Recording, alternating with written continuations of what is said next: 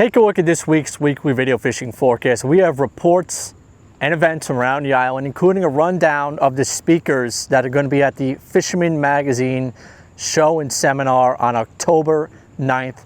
We also have reports from our correspondents as well, and a preview of the glossy issue of the Fisherman magazine that just came out on Monday.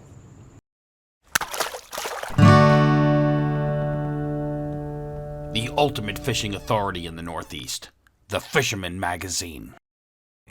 New Explore Series fish finders keep you locked on fish with unbeatable clarity, best-in-class imaging options, and a stunning ultra-bright HD screen. There's more to explore, only with Humminbird. Today is September 25th, and a little over 4 years ago this month, we did lose a senior editor to the Fisherman magazine, Fred Galfaro. We're here at the memorial, which is located at the Capt Overlook Pier. Got the bridge in the background behind us. Coming up, though, we do have the Fred Galfaro Memorial Montauk Classic Tournament. That is from October 3rd through October 5th in Montauk. Sign-ups are going on now. Great event that memorializes Fred, something that he will look forward to doing every year, going out there and seeing all the surfcasters running that tournament.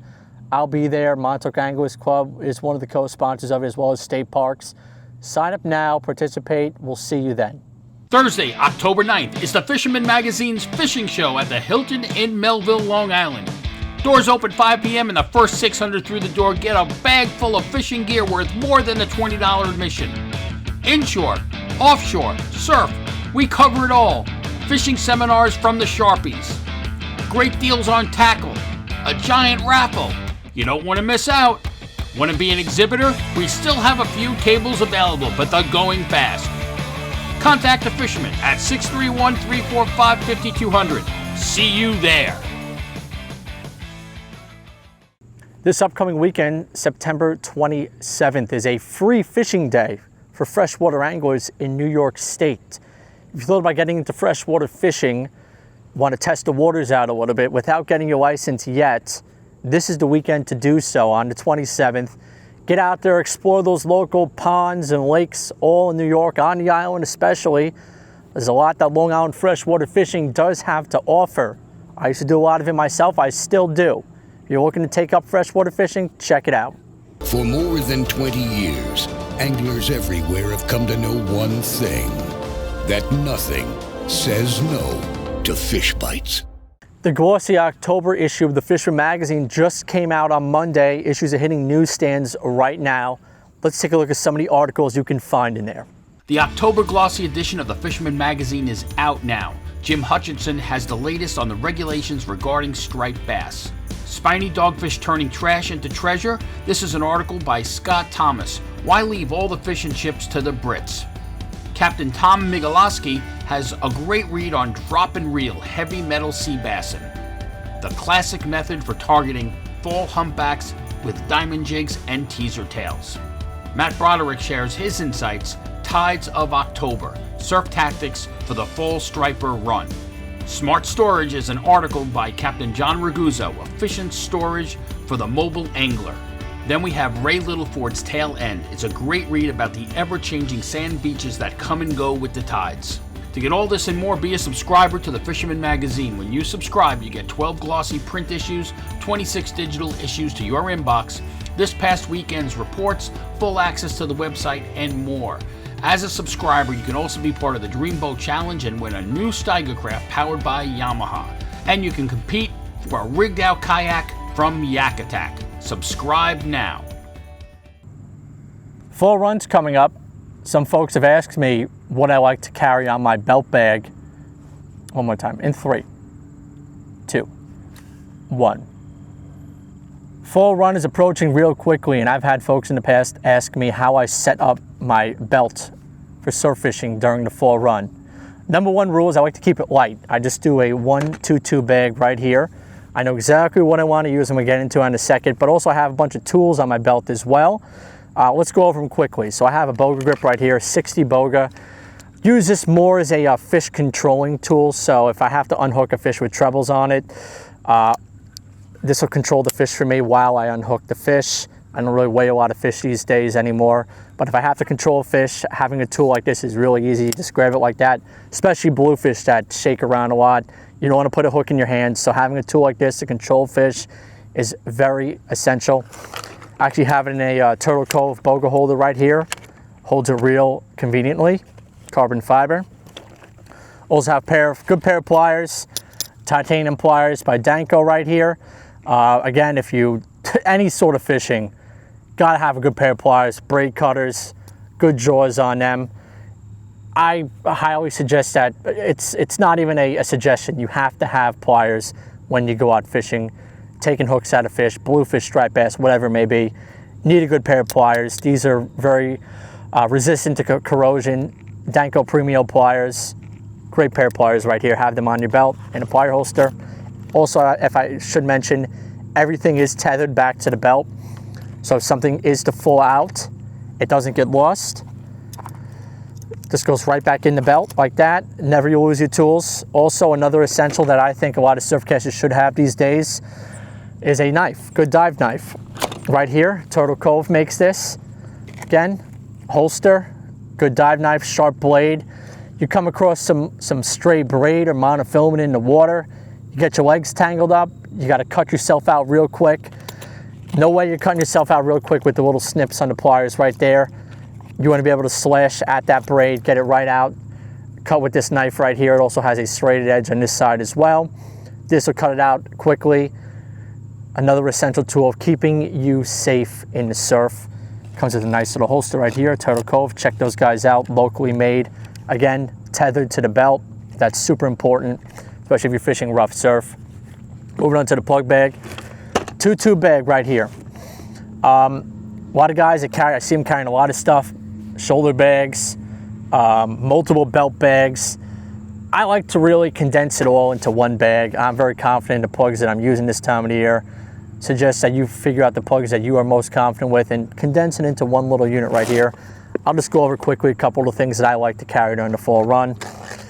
Yo-Zuri mag darters, always a staple. They match bunker, mullet, bigger profile plugs this time of the year. Darters, Super Strike, another staple. Super Strike bottle plugs, better for heavier current. Little top water for you. Daytime, right before dark, early morning if you decide to stay from the night into the daytime, or if you fish from the dusk hour into the dark.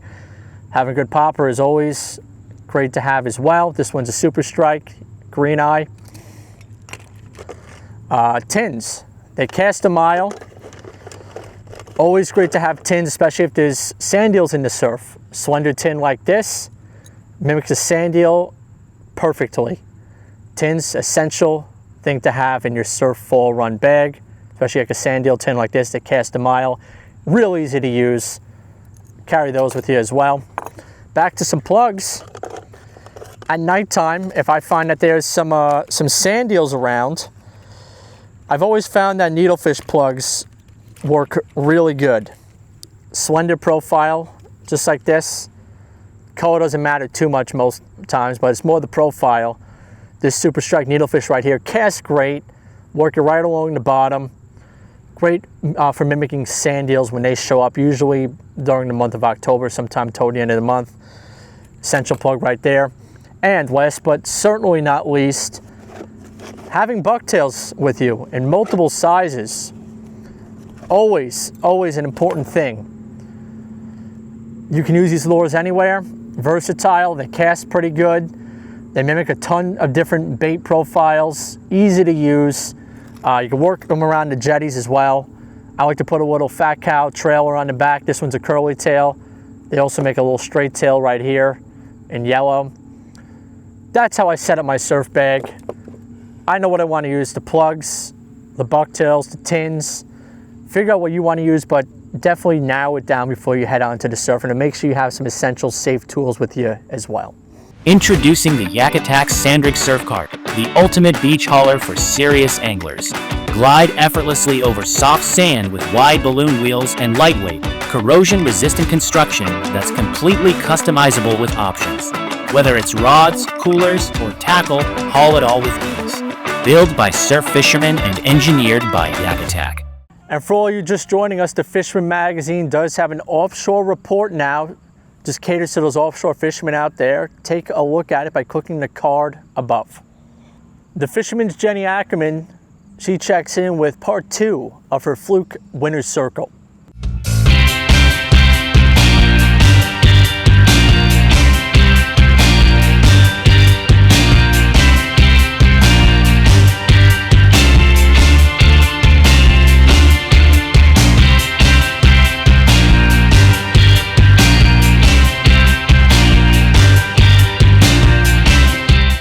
Winner Circle Part 2. Welcome back. I'm your host, Jenie Ackerman. On this week's Open Boat, we are continuing with our Super Flukers Challenge.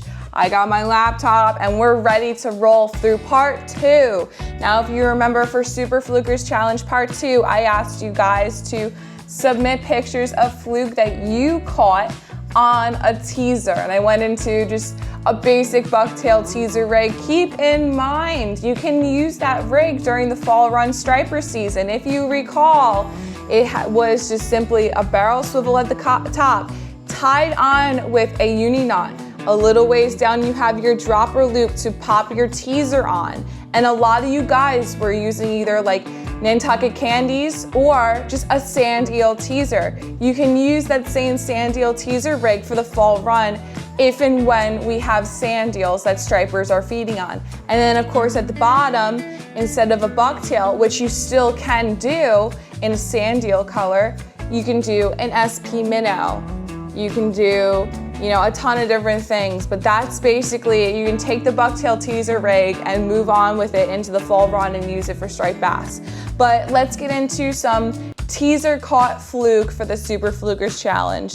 Starting off with Andrew Kim, who caught his first fluke of the season on his teaser. And we have a couple pictures of Andrew here. Of course, the first fluke of the season is always a super exciting one because, you're on the board, you're ready to go, you're honed in on a bite, and you're ready to catch some more.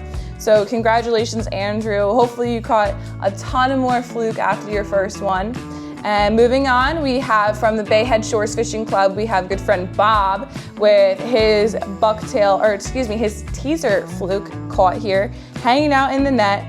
Quick, that's a nice fish too. You can see its belly section's chunky, so I know where he caught this fish, so I know what they were feeding on, so good job, Bob. And then we have Buds and Bass with their fluke caught on a teaser, and this is a nice sand eel teaser. They even paired up a little grub on the teaser too. So that's a really nice presentation that a big fluke would 100% smack down on, and the proof is in the pudding here with the picture. We have Carl Ward again. He's gonna be a familiar name in almost all of the Super Fluker Challenge entries. So thank you, Carl, for being in the loop with submitting all of your pictures. We have Carl Ward with a nice fluke on. I believe he made this teaser also. It's a very colorful, nice looking teaser. I like the blue sparkly head because, blue and glitter. I live for that stuff. And then we have another familiar face. We have Dennis with a couple hollow teaser flukes. We got 1, we got 2, and we got 3, 4 submissions from Dennis with his hollow teaser caught fluke. And last but not least, we have Justin Elliott with a fluke. And this is just a simple naked teaser rig that he caught on a Q8 super bait. So a fluke with a Q8 naked teaser rig. It still counts just because it doesn't have the glitz and glamour of the sparkly shine of like a teaser. It still counts because it's on that teaser rig. So that wraps up the teaser submission. And remember what I said, keep in mind that you can use this during the fall run. Obviously, you're not gonna use this rig, if you're using like a pencil popper, because just for me personally, that just gets in the way. I know some people kind of like using a teaser with a pencil popper, but that's just my personal opinion that I just stick with, barrel swivel, leader, and then have a direct tie of a pencil popper, or I have a TA clip so I can quick switch plugs. But when you have sand eels around, definitely consider using that same teaser rig because it's a universal rig. You can use it for fluke, you can use it for stripers. If you want to go crazy and there's bluefish around and you want to throw something like that, you could double up on bluefish, which is a ferocious frenzy of fun. Say that 5 times fast, I dare you. But that's just something that you could always, keep in your back pocket, save for later. It's a great one to use for everything, basically. So that was part 2 of the winner's circle, and we are still trucking along here with our submissions. I have so many excellent subscribers sending me in pictures for every single part of the Super Fluker Challenge. So thank you guys. We're gonna continue on to part 3, which is the live bait edition of the Super Flukers Challenge. So stay tuned for next week's open boat as we continue on with the winner's circle. At the edge of Long Island, where the ocean meets tradition, Montauk Anglers Club can be your boat's home and your gateway to legendary fishing. Whether you're a pro or just casting your first line, this is where memories are made. Join Montauk Anglers Club, where the catch of the day is just the beginning. Or go to montaukanglersclub.com for more information. We got a whole bunch of events coming up here from the Fisherman magazine. Let's tune into them. Starting off, the 7th annual fishing tournament in Lobster Bash at the Port of Egypt Marina takes place from September 26th through the 27th. That is this weekend. The Fred Galfar Memorial Montauk Classic Surf Fishing Tournament is from October 3rd through October 5th. The Fisherman Surf Inshore and Offshore Fishing Show is going to be October 9th. Let's get into some of the speakers that you can expect to hear at this show.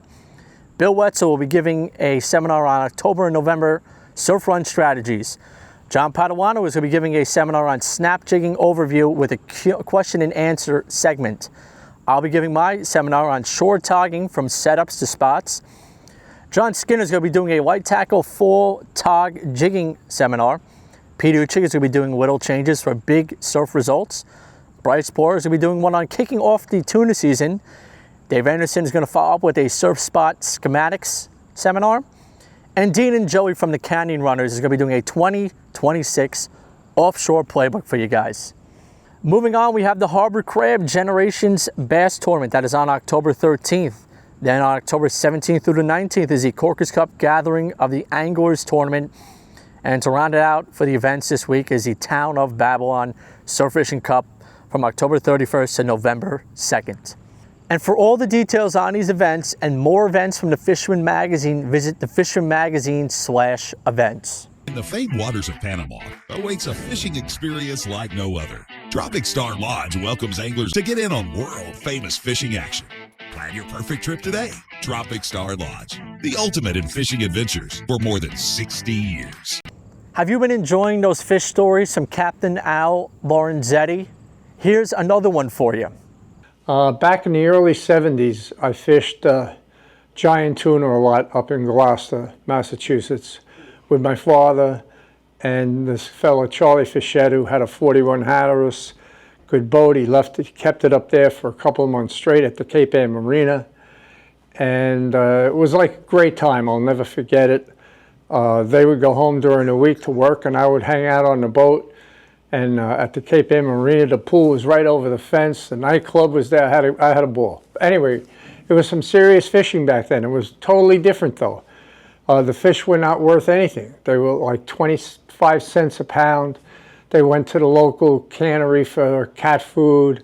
So there was no killer like, don't come near my ankle. It was like gentleman fishing.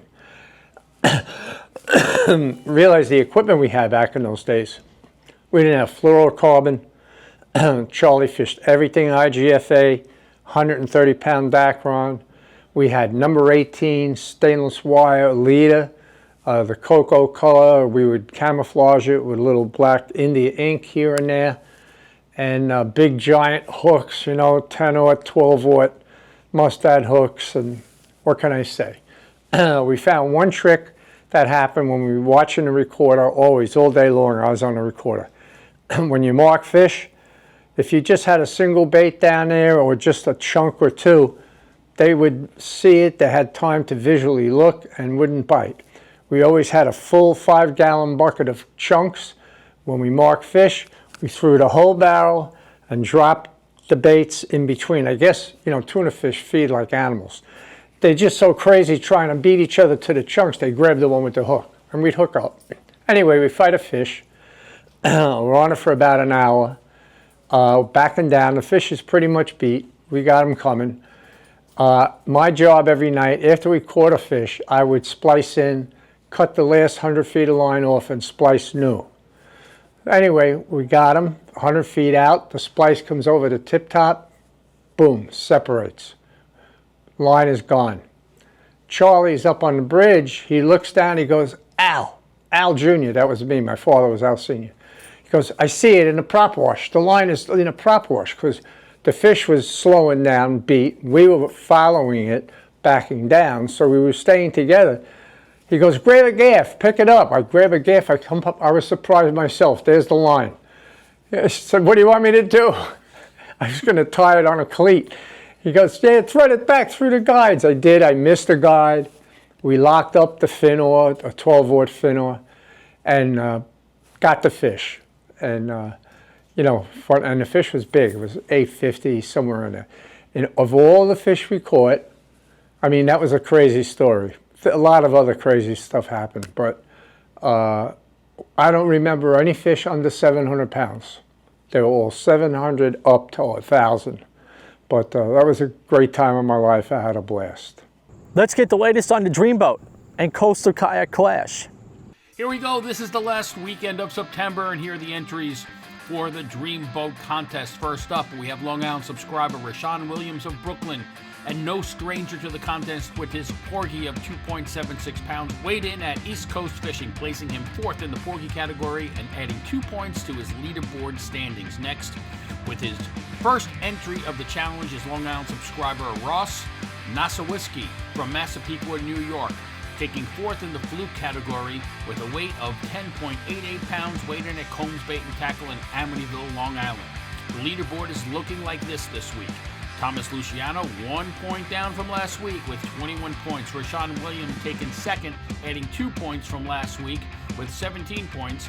And Jeffrey Harrison holding on to 3rd, down 1 point from last week with 12 points. Are you the best angler in the Northeast? Well, now is your chance to prove it. The Fisherman's Dreamboat contest is back. Win this Steigercraft center console powered by Yamaha along with these other great prizes. Fish hard and weigh in as many of these species to be top on the leaderboard. What's the catch? You must be a subscriber to the Fisherman magazine. All it takes is one fish on the board to win a great prize, so however you fish, you have a shot. For all the details and official rules, visit thefisherman.com. It was a slow week in the Coastal Kayak Clash. We only had one fish entered. That was a 20-inch sea bass entered by Bob Wagner, which is 2nd place in the black sea bass category. Everything else remains the same. We've got Eddie Roman in 3rd place with 6 points. Rotha Nong in 2nd place, also with 6 points.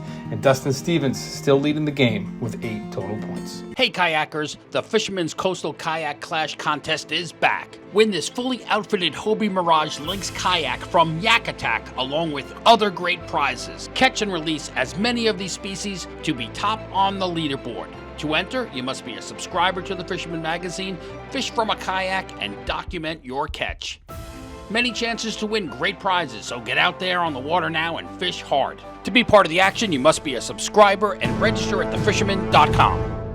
And if you do decide to participate in our Dreamboat contest or our Coastal Kayak Clash, please read the rules carefully and fill out your forms completely. That means the length and girth measurements of the fish as well. With that being said, let's get into our Around the Map segment. Starting off on the east end of the island this week, Jeff Lamont, he checked in with me. He said he had a limit of fluke in Shinnecock Bay east of the bridge. He shows off a 24 and a 19.5 incher right here. He also noted there's lots of bait in the water around this time of the year. Plenty of short action as well. Keep the rod bending the whole time. Moving on to the south shore of the island, we got a bunch of reports. Joe Mahalo checked in. Went out this past weekend, surf casted some fluke down the south shore right here at Fire Island Inlet. She had a bunch of shorts with some decent sized keepers in the mix. Told me he managed to catch this 24 incher on a gulp on the back of a bucktail. Paulie Costa, he caught a doormat fluke this past week in Fire Island Inlet. I said the fishing has been hot inside Fire Island Inlet. This fish weighed in at Bergen Gas Dock was 13.8 ounces, a nearly 14 pounder. Amazing fish, Paulie. Awesome job. Boat was caught on the rigatoni. It's a 28 regulator. Nice job again. That's a trophy lifetime fish right there. Dave Marcus, he's checked in before. He checks in this week. Fire Island Inlet surf again. 8-pounder. Nice quality fluke from the surf, Dave.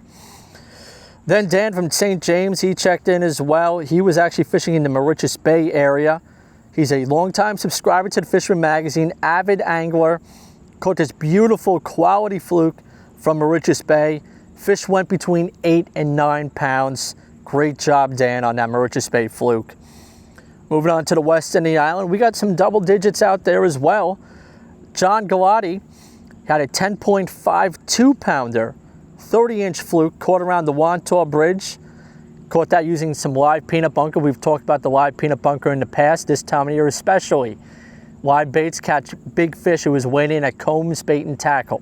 And then to round out the reports this week, we have Robert out of Jones Inlet, scored well with some bonito and some albies. And if you do have a notable catch, email me at mbroderick@thefisherman.com.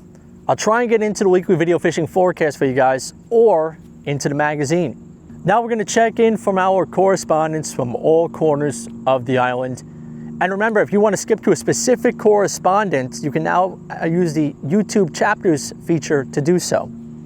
Thanks, Matt. Hey, everyone. Not a ton of stripers around, but a little bit more than usual. There were some fish that moved in and out of both inlets over the weekend. Off the beach, my buddy Lou got one in Southampton, but I haven't really heard of too many. He's been on them pretty good all season, so he's pretty dialed in.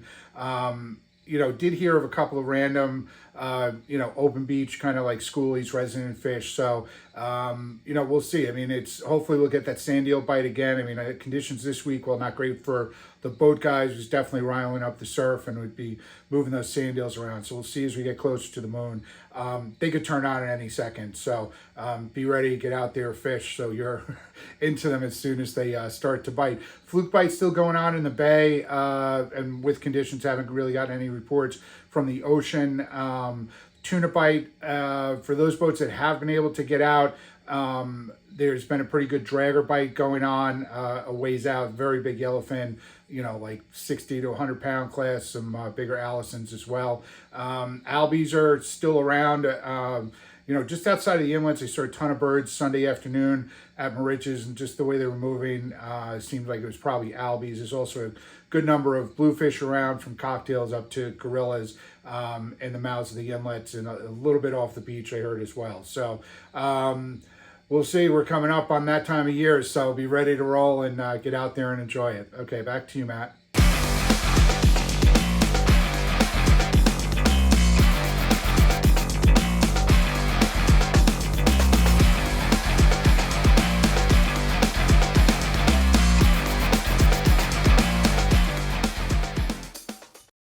Oh, we've got such great news for our friends here on the North Shore.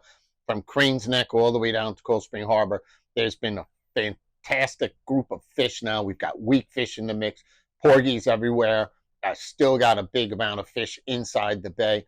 Tons of cocktail blues. And the great news that so many people, those albie chasers and bonita chasers, you don't have to go all the way to the east, and it's limited to the guys with the big power boats. They're here. Outright incredible new moon blitz fishing right in front of the light, as far as you could see. Got shoe foam from my good buddy Capt James. He's like, oh man, they're out here, but the wind was too much for me. I couldn't get out. But the big boats, wow, what a grand slam time. And this is just a building up of the fall of what we see. And that's another example here on the North Shore. You get that new moon, you get those heavy east winds, it drops the water temps, you get that crazy tidal coefficient, and the bait fish are just at the whim of the current. And then these predatory fish, they come in and they really rack up the bait, just like we spoke about. It's great. Fantastic for those people off the beach, and it's just as good for those folks on the boats. So things to look forward to this week. You're going to see a lot of fish, I believe. You're going to find a body of bass like we normally do should move into the bay, because one of the telltale signs we've seen of fall, and it's a great one, is the presence suddenly of all of these tiny 2 to 3 inch bunker that have been getting absolutely hammered out in front of the light in the bay. They have shifted into the back of the harbors because they've got predatory fish on them, and they know what's going on. And particularly these cow-no rays have been pushing a lot of bait against the shore as well. So this is a great opportunity for all types of fishermen. And I would really challenge you to get out there and have a great time. Listen, on the flip side, my good friend Crazy Alberto Ney, you also know him as Crazy Al. He's done so many seminars for the fishermen, for so many different talking groups. He's also the founder of Tactical Anglers. Well, he's not feeling so well, and he could really use the fish community's help. His good friends have set up a GoFundMe page. We're also going to have October 10th to the 12th. It's going to be surf fishing contest anywhere on the island. Doesn't matter where you are. It's be $25 for entrance, and you go to the scan that I'm showing you right here and sign up. It's going to be a great thing. We're going to do raffles. We're going to give away some stuff as well. They're coming together with the location. It's probably going to be somewhere on the South Shore, but the fishing is anywhere you want, and that's fantastic. All proceeds go back to Al, and Al has done so much for the fishing community. I'm sure you know him very well. Until next week, I bid you all peace and tight lines. Hello, Matt. Well, River Bay Outfitters, we're back from Montana, and it was a phenomenal trip. All I could say is check us out for next year. Now, as far as the fishing goes, well, I'm actually out here with my beautiful wife. We're actually out in on Suffolk in one of these wildlife preserves, and we're fishing for snappers. We haven't found any yet, but that doesn't mean they're not around. Now, as far as the saltwater scenes in my area, guys are still catching fluke in the inlet, especially from shore with the fly rod. Also, I have guys that are actually fishing off the boats. I'm hearing good things. There was a lot of bluefish around. A lot of bay blues, about 3-pounders. They're a lot of fun on an 8-weight rod. We also have some stripers, still early in the morning or late in the afternoon. But they're starting to show up more and more. Betas starting to show up. Albacores are starting to show up. Montauk has a good run of albacores right now. So there's a lot going on. I guided this past week at the Shinnecock, and you know, Laura, she did very, very well. She had a great time, landed, you know, her casting got really improved, but her casting got very good anyway.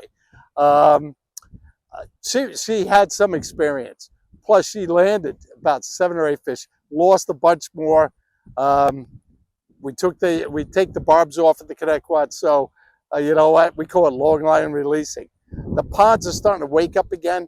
A lot of people are getting ready for that, where the weeds start to die down a little bit. The bluegills are coming into the shallows. The bass are coming into the shallows. And we're going to have, in October, don't forget the fishing festival over at Hempstead Lake, and where they're going to load that pond up with a lot of trout. So there's a lot of actions out there. There's never a time to sit down and take it easy. The weather's beautiful. So to next week. Tie lines, everybody. Hey, Matt, Fire Island Report. Things are really getting hot. Some real big fluke. I was fishing with a buddy of mine, Donald LaSala, and he had a 12-3. I think I heard of a 13-pounder, a lot of 10s. So the fluke fishing is on. You got to have live bait, either peanut bunker or spot, and you got to be in the right place at the right time. So it's not as easy as it sounds, but it can be done. A lot more bluefish showing up now, and also first reports of weakfish. Weakfish being caught as a bycatch, guys looking for fluke. So some weakfish around. Bottom fishing is excellent. Huge blowfish, triggerfish are caught, and that's also excellent as well. So, and crabbing is good too. So anyway, a lot of action inshore, Matt. So that's it for this week. I'll shout you back next week. Hey guys, thanks for having us. Nuno here from Tyalure Tackle. Let's start with the offshore fishing. While we still don't have any harvest for bluefin tuna, the yellowfin are more than making up for it. What a bunch of banger trips out there between the party boats and the private boats and the for-hires. Absolutely stunning. If you could get behind some of these draggers, they are loaded with yellowfin. The Bacardi area is still producing huge. The eastern canyons are producing with big eyes, yellowfin, longfin. Those guys that want to drop down for tilefish, they're there. Big mahis this season, man. The offshore season has been an absolute stunning season. If you guys want to play with the bluefin tuna for catch and release, they are there. Every size fish from giants to small schoolies are everywhere, including south of Block, south of Montauk. Not too much interest on that, being that you can't harvest, guys, so that's something to really work on this winter to make sure it never happens again. On another note, the inshore fishing here, striped bass and bluefish continue to uptick upwards. Live spots have been producing. If you get your hands on live eels, they've been working also. Few fish being caught on the jigs. So that is that time of year, guys. A lot of baby bunker around, a lot of peanut bunkers, so it should be good for a fall run here. Blackfish season, the guys that are doing a little catch and release out there are absolutely catching some nice sized fish, including a local one that was about 10 pounds today. On the porgy front, that's still happening. A lot of spots out there. Those are great baits for striped bass. If you didn't know, guys, we're probably on the tail end of fluke as that season's winding down, especially here in the Sound. Probably still catching out in the ocean, though. So if you want to target them, they'll still be around, guys. On the other note here, in the western Long Island Sound, a lot of weak fish this season. All size ranges of weak fish. More than I've probably seen any season. I've been fishing out here for 40 years, guys. I can't say you could really target them. They just happen to be around in the porgy grounds where guys are fishing. And sometimes guys are just finding them on the bottom, guys. Tight lines, we're open every day from 7 to 7. We continue our full-time hours here, guys. Open every day, 7 to 7. Welcome to Fishing Atlantic. We're here on the North Channel Bridge. We're putting a lot of work here lately, and that's because the fishing is really, really good right now. So just want to share some tips and tricks from the bridge. We got Nick just rigging up right here. It looks like he's rigging up a live spot. He's actually got on a wire leader because he's doing, he's both using live spot and he's using chunks. So that's what he's gonna do. He's gonna set that in there, and he's targeting really big keeper weak fish, which are inside the bay right now. So right now, actually, this is what Nick is doing right now. So he's got some worms. We're catching some live bait, so some live spot, and this is the perfect size. Not too big and not too small, so got a bucket spot fish. You want to have a bridge net in case you land a keeper fish. You want to have a bridge net so you can secure the fish, and that way if you need to release it, you can release it. We got some bells, so if you want to just dead stick, you can stick on a bill and when you're on the boat, and when the fish hit, they'll let you know. That'll be your cue. We have some more bait here. Looks like we have a smaller size bunker right here, and you can use those for chunks. And we have some worms. So you certainly want to use a variety of bait to catch a variety of fish and do what you got to do.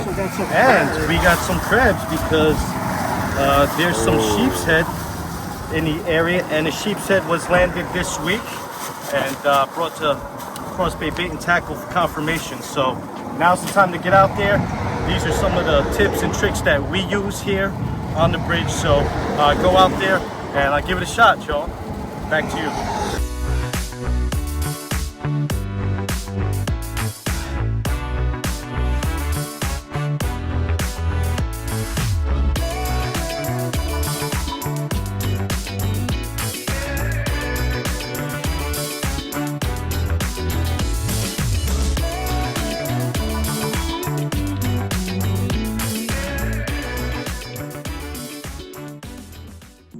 And don't forget, you can listen to the weekly video fishing forecast on Google Music and YouTube in podcast form as well.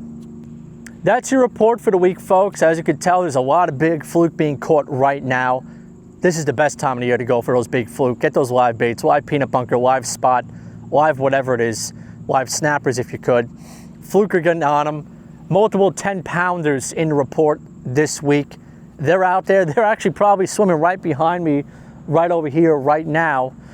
Get out there, catch yourself a trophy for the year. And also remember, we got a bunch of events coming up. Sign up for the Fred Galfaro Memorial Montauk Classic. There's a bunch of other tournaments coming up as well. We'll see you next week.